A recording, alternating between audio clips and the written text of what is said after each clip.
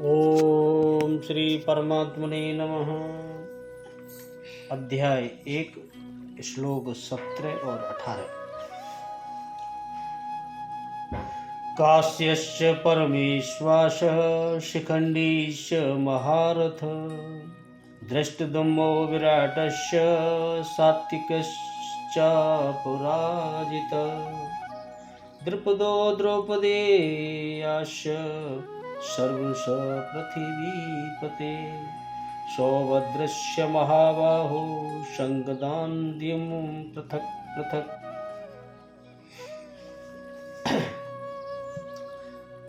श्रेष्ठ धनुष वाले काशीराज और महारथी शिखंडी एवं धृष्टद्युम्न तथा राजा विराट और अजय सात्विक, राजा द्रुपद एवं द्रौपदी के 5 पुत्र और बड़ी भुजा वाले सुभद्रा पुत्र अभिमन्यु, इन सभी ने हे राजन सब ओर से अलग अलग शंख बजाए। धृतराष्ट्र को संजय बता रहे हैं, संयम ही संजय है, अज्ञान धृतराष्ट्र है। काया रूपी काशी। पुरुष जब सब ओर से मन सहित इंद्रियों को समेटकर काया में ही केंद्रित करता है तो परमेश्वास परम ईश में वास का अधिकारी हो जाता है। परम ईश में वास दिलाने में सक्षम काया ही काशी है। काया में ही परम ईश का निवास है। परमेश्वासा का अर्थ श्रेष्ठ धनुष वाला नहीं बल्कि परम धन ईश प्लस वास। और शिखा सूत्र का त्याग ही शिखंडी है। शिखा सूत्र का त्याग ही शिखंडी है। आजकल लोग सिर के बाल कटा लेते हैं और सूत्र के नाम पर गले की जनेऊ हटा लेते हैं, अग्नि जलाना छोड़ देते हैं, हो गया संन्यास उनका। नहीं, वस्तु तो शिखा लक्ष्य का प्रतीक है, जिसे आपको पाना है लक्ष्य, और सूत्र है संस्कारों का। जब तक आगे परमात्मा को पाना शेष है, पीछे संस्कारों का सूत्रपात लगा हुआ है, तब तक त्याग कैसा, संन्यास कैसा। अभी तो चलने वाले पथिक हैं मात्र। जब प्राप्तव्य प्राप्त हो जाए, जिसे आप पाना चाहते हो वह मिल जाए, पीछे लगे हुए संस्कारों की डोर कट जाए, जो संस्कार लगे हैं उनकी, ऐसी अवस्था में भ्रम सर्वथा शांत हो जाता है। इसलिए शिखंडी ही भ्रम रूपी भीष्म का विनाश करता है। भ्रम जब ही खत्म होता है जब आप जो पाना चाहते हैं वह मिल जाए।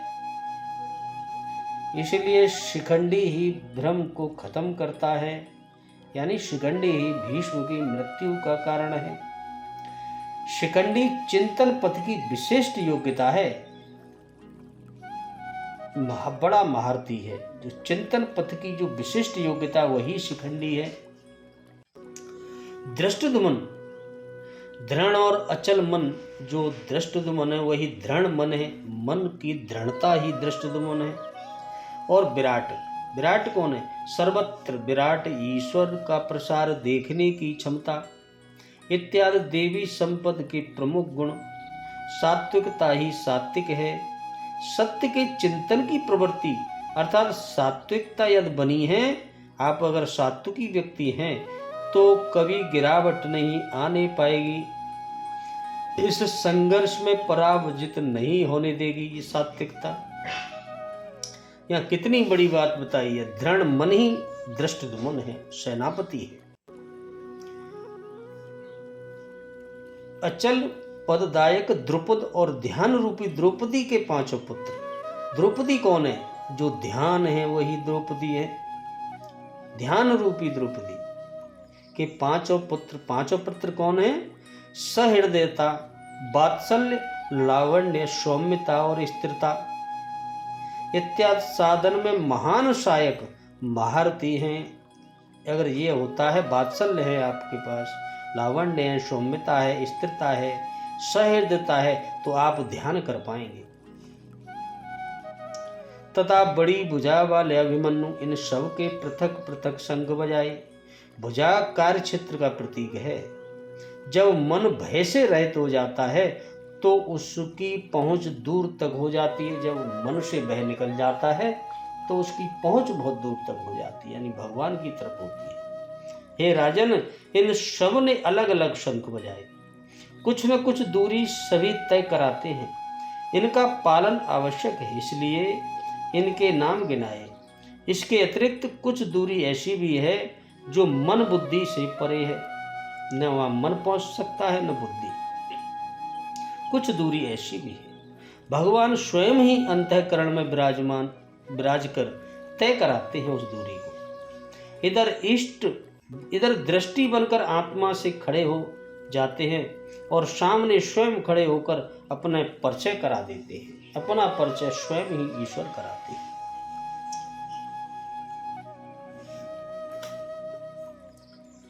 अब काशीराज धृष्टद्युम्न, विराट, सात्विक, द्रौपदी के पांचों पुत्र अभिमन्यु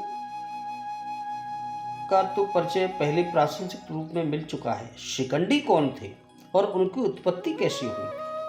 शिखंडी और धृष्टद्युम्न दोनों ही राजा द्रुपद के पुत्र थे। शिखंडी बड़े थे, धृष्टद्युम्न छोटे। पहले जब राजा द्रुपद के कोई संतान नहीं थी तब उन्होंने संतान के लिए आशुतोष भगवान शंकर की उपासना की थी। भगवान शिव जी के प्रसन्न होने पर राजा ने उनसे संतान की याचना की। तब शिवजी ने कहा, तुम्हें एक कन्या प्राप्त होगी। राजा द्रुपद बोले, भगवान मैं कन्या नहीं चाहता, मुझे तो पुत्र चाहिए। इस पर शिवजी ने कहा, वह कन्या ही आगे चलकर पुत्र रूप में परिणत हो जाएगी। इस वरदान के फलस्वरूप राजा द्रुपद के घर कन्या उत्पन्न हुई। राजा को भगवान शिव के वचनों पर पूरा विश्वास था, इसलिए उन्होंने उसे पुत्र के रूप में प्रसिद्ध किया। रानी ने भी कन्या को सबसे छिपाकर असली बात किसी पर प्रकट नहीं होने दी। उस कन्या का नाम भी मर्दों का सा था, शिखंडी रखा, और उसे राजकुमारों की सी पोशाक पहनाकर यथाक्रम विधिपूर्वक विद्या अध्ययन कराया। समय पर दर्शान देश के राजा हिरण्यवर्मा की कन्या से उनका विवाह भी हो गया। हिरण्यवर्मा की कन्या जब ससुराल में आई तब उसे पता चला कि शिखंडी पुरुष नहीं है, स्त्री है। तब वह बहुत दुखित हुई और उसने सारा हाल अपनी दासियों द्वारा, अपने पिता द्वारा हिरण्यवर्मा को कहला के भेजा। राजा हिरण्यवर्मा को द्रुपद पर बड़ा ही क्रोध आया और उसने द्रुपद पर आक्रमण करके उन्हें मारने का निश्चय कर लिया। इस संवाद को पाकर राजा द्रुपद युद्ध से बचने के लिए देवाराधन करने लगे। इधर पुरुष वेशधारी उस कन्या को अपने कारण पिता पर इतनी भयानक विपत्ति आई देखकर बड़ा दुख हुआ और वह प्राण त्यागने का निश्चय करके चुपचाप घर से निकल गई। वन में उसकी स्थूणाकरण नामक एक ऐश्वर्यवान यक्ष से भेंट हुई। यक्ष ने दया करके कुछ दिनों के लिए उसे अपना पुरुषत्व देकर बदले में उसका स्त्रीत्व ले लिया। इस प्रकार शिखंडी स्त्री से पुरुष हो गया और अपने घर पर आकर माता पिता को आश्वासन दिया और ससुर हिरण्यवर्मा को अपने पुरुषत्व की परीक्षा देकर उन्हें शांत कर दिया। पीछे से कुबेर के शाप से स्थूणाकरण जीवन भर स्त्री रह गए। इससे शिखंडी को पुरुषत्व लौटाना नहीं पड़ा और वे पुरुष बने रहे। भीष्म पितामह को यह इतिहास मालूम था, इसी से वे उन पर शस्त्र प्रहार नहीं करते थे। वे शिखंडी भी बड़े शूरवीर महारथी योद्धा थे। इन्हीं को आगे करके अर्जुन ने पितामह भीष्म को मारा था। इन सभी ने अलग अलग शंख बजाए। इस कथन में भी कोई खास बात है। सवर्ष शब्द के द्वारा संजय दिखलाते हैं धृतराष्ट्र को कि श्री कृष्ण पांचों पांडव और काशीराज आदि प्रधान योद्धाओं के जिनके नाम लिए गए हैं, अतिरिक्त पांडव सेना में जितने भी रथी, महारथी और अतिरथी वीर थे, सभी ने अपने अपने शंख बजाए। यही खास बात है। जय श्री राधे।